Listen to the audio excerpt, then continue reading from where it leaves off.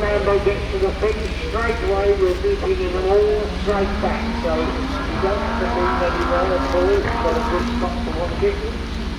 As soon as it goes flat, to the first, you'll see a double crash with all the little one over the car.